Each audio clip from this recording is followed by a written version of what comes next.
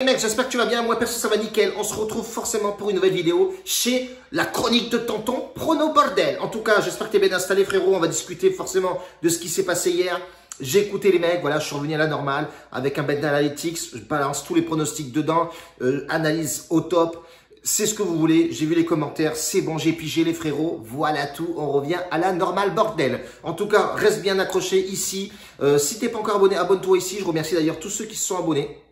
Ça fait plaisir, ça monte progressivement, mais sûrement, et ça c'est plutôt sympathique. Vous donnez de la force. Bien entendu, tu as toujours 2-3 Mongoliens qui ne savent pas voilà, que c'est compliqué à pronostiquer, et c'est sur le long terme. Forcément, on va pas trouver d'excuses, sans arrêt, bordel. En tout cas, mets d'un pouce si tu kiffes la vidéo et le contenu, bien entendu. J'ai mon site internet qui a été créé, voilà, alléluia, enfin, il est là, il est prêt. Les mecs du VIP sont contents, même si on a commencé très mal. Et j'ai vu que l'année dernière, c'était pareil, en fait. J'ai commencé très mal le mois de février, mais on va se rattraper progressivement, bordel. Ensuite, j'ai forcément un bookmaker, moi aussi. C'est BetWinner qui est venu me démarcher, me chercher pour voilà, mettre en avant leur site. Il est un peu comme Bet365, la configuration vert avec machin, etc. Bon bref, reste bien juste après Jenny les commentaires.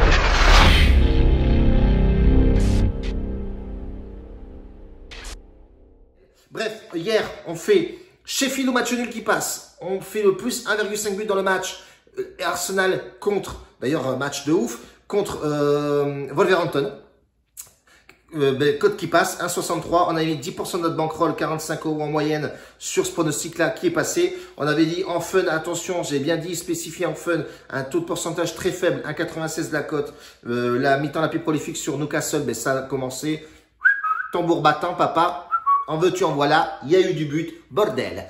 Donc du coup, il ne passe pas, mais c'est pas trop grave puisqu'on a validé notre save et ça c'est le plus important. Aujourd'hui, 3 matchs à l'appui les frérots, on va repartir sur de plus belles, on va repartir surtout sur des matchs en sec. C'est ce qui marche le mieux, même si j'aime bien mes petits combinés de 2 matchs. C'est vrai que combinés de 2 matchs, moi je kiffe bien aussi parce que ça booste un peu forcément ton combiné et ça booste la cote, mais tu prends plus de risques forcément quand tu passes pas un pronostic, l'autre est perdant et etc. etc. Donc c'est pas forcément bien, mais j'aime bien les petits combinés. Bref, on part sur du sec aujourd'hui, papa. C'est comme ça, c'est tout bordel. Premier match, ça va être Fulham-Leicester. Ce match-là, il va être compliqué, mais j'aime bien la complication. Et on va jouer, on aura 2 chances sur 3 de passer notre pronostic. Fulham-Leicester. Leicester, attention, Vardy incertain, peut-être qu'il va revenir ou pas. On ne sait pas. Il y en a bien vu que sans lui, l'effectif de Leicester est vraiment au plus mal. Et à noter aussi l'absence de Ndidi. Ndidi, milieu de terrain, c'est dynamique, c'est enthousiaste. Le mec, il joue ballon, quoi. Il est là, il tape, il passe. Mais c'est un bon mec, il est pas là. Et on voit, ces 2 mecs-là, quand ils ne sont pas dans l'effectif, il y a beaucoup de mal.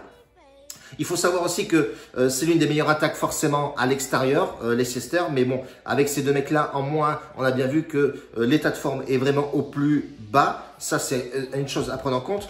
La différence aussi, au plus mal, surtout, c'est le mental qui prime. Les 2 derniers matchs perdus, ben, ça aussi, ça n'aide pas forcément, surtout quand tu as un déplacement.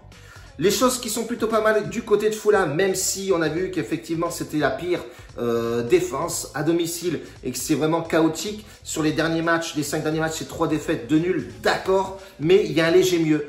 Les hommes en forme pour moi là-dedans, c'est le coach. Le coach qui dynamise son effectif et qui fait confiance à ses jeunes. Il y a eu aussi l'arrivée de Madja de Bordeaux, très bon petit qui jouait donc forcément à Bordeaux, qui était excellent. On fait toujours ça à Bordeaux, on balance toujours nos bons éléments. Voilà, comprendre le délire. Allez les gars, t'es bon toi? Bah on va te débalancer parce que t'es trop bon en fait. On garde que les nuls ici. Mais t'es con quoi papa? Garde-le le mec, il est bon. Bref.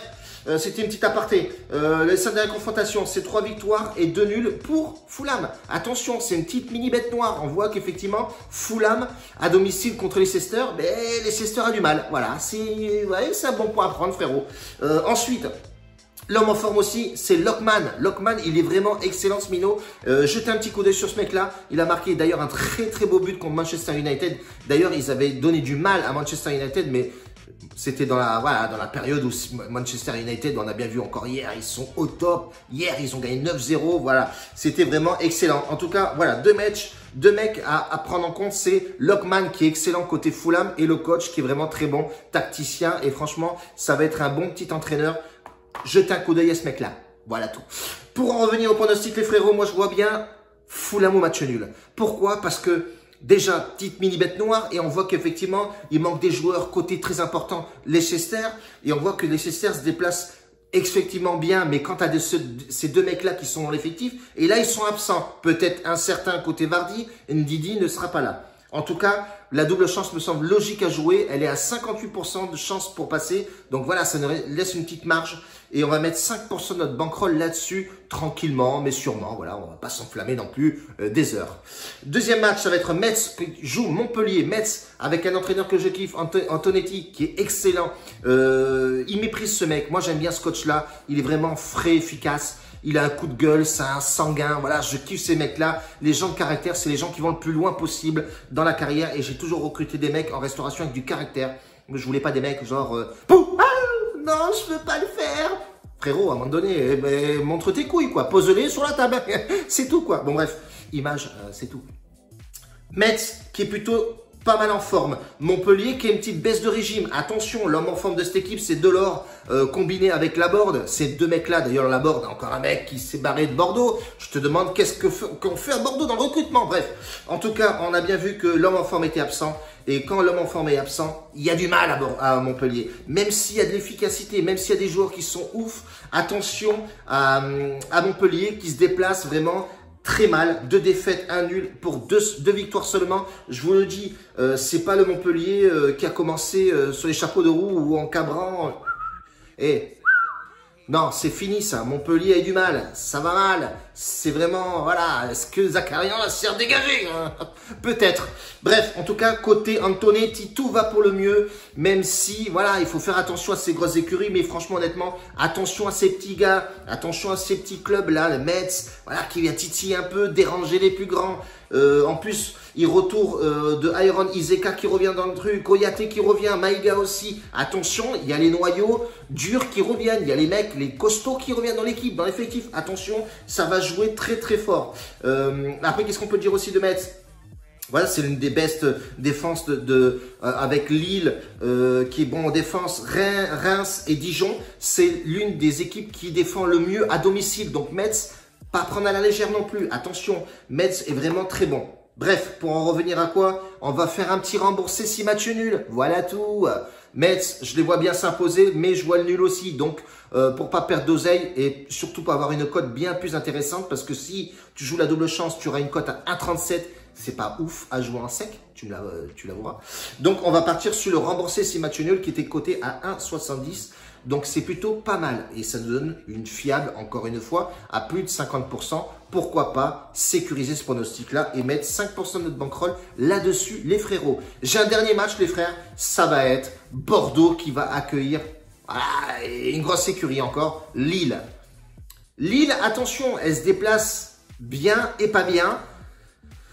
Enfin, bien et pas bien. C'est une équipe très en forme. Il faut se l'avouer. Ça joue vraiment très costaud. Je crois qu'au milieu de terrain, il va y avoir des petits manques. Et aller venir jouer à Bordeaux, même si tu regardes les dernières confrontations, Bordeaux a un avantage bien plus conséquent que Lille.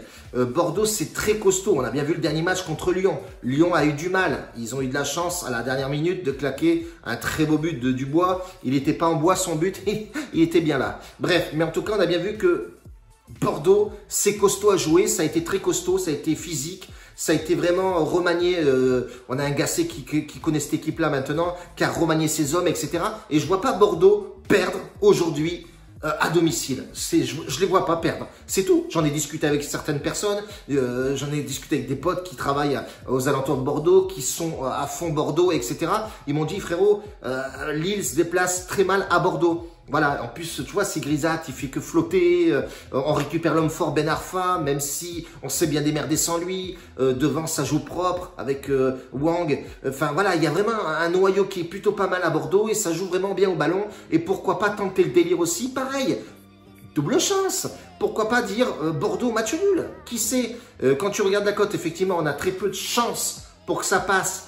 Dans la fiabilité, si tu vois, c'est pas non plus une value de ouf, mais je pense que Bordeaux, sur l'effectif, sur le moral, sur la tacticité de son coach qui est vraiment très bon, etc., on a dans la globalité quelque chose de plutôt pas mal à jouer. On peut voir effectivement les dernières confrontations de Bordeaux-Lille. voilà, c'est un avantage bien plus supérieur pour Bordeaux que Lille. Même si Lille aujourd'hui doit absolument grappiller du point et ne pas aller perdre là-bas. Parce que voilà, il y a Paris Saint-Germain derrière, etc. Mais attention, c'est un piège, c'est un loupard, c'est un gangster gassé. Donc attention à lui. On va tenter le délire, on va partir sur 2% de notre bankroll, jouer la double chance, Bordeaux ou match nul. Frérot, si tu as kiffé cette vidéo, c'est aussi simple que ça, mets un petit pouce, balance-moi de la force, viens sur Telegram, les liens sont dans la description, viens nous rejoindre, même si tu prends pas le VIP, on s'en bat les steaks, mais viens discuter avec nous, ton ressenti, etc. Et si tu veux forcément le VIP, il y a mon site internet. Bacio a tutti grazie mille, en tout cas, merci de m'avoir visionné jusqu'au bout. On se rejoint demain, papa, pour une nouvelle vidéo, s'il y a du match, bien entendu, papa. Oui.